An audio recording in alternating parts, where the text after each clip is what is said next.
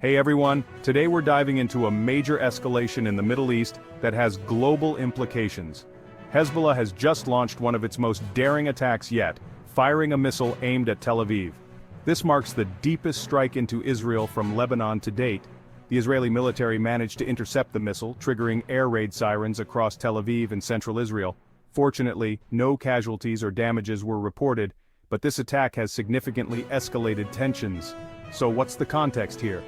Hezbollah claims this missile was targeting the Mossad headquarters in retaliation for recent killings of their commanders, and an attack involving hidden explosives.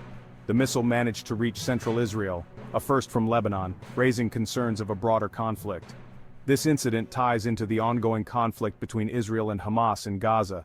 In response to the missile strike, Israel launched retaliatory strikes on the launch site in southern Lebanon, resulting in significant casualties and forcing thousands to flee their homes. We're looking at a humanitarian crisis unfolding, with displaced families seeking refuge in Beirut, Sidon, and even crossing borders into Syria. Now let's talk about the international response.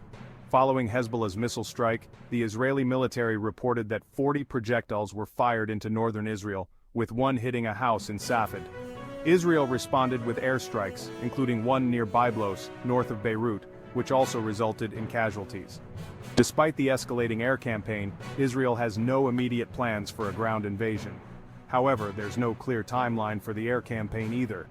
The UN Security Council has called for an emergency meeting to address the crisis, reflecting the global concern over these developments. On the ground, the conflict has led to significant displacement. Israel's goal is to ensure its citizens can return home safely, while Hezbollah insists on a ceasefire in Gaza before pausing its attacks. This fundamental difference in objectives makes any resolution seem distant at this point. For some background, tensions between Israel and Hezbollah have been escalating for the past 11 months. Hezbollah's rocket, missile, and drone attacks are part of their solidarity with Palestinians in Gaza and Hamas.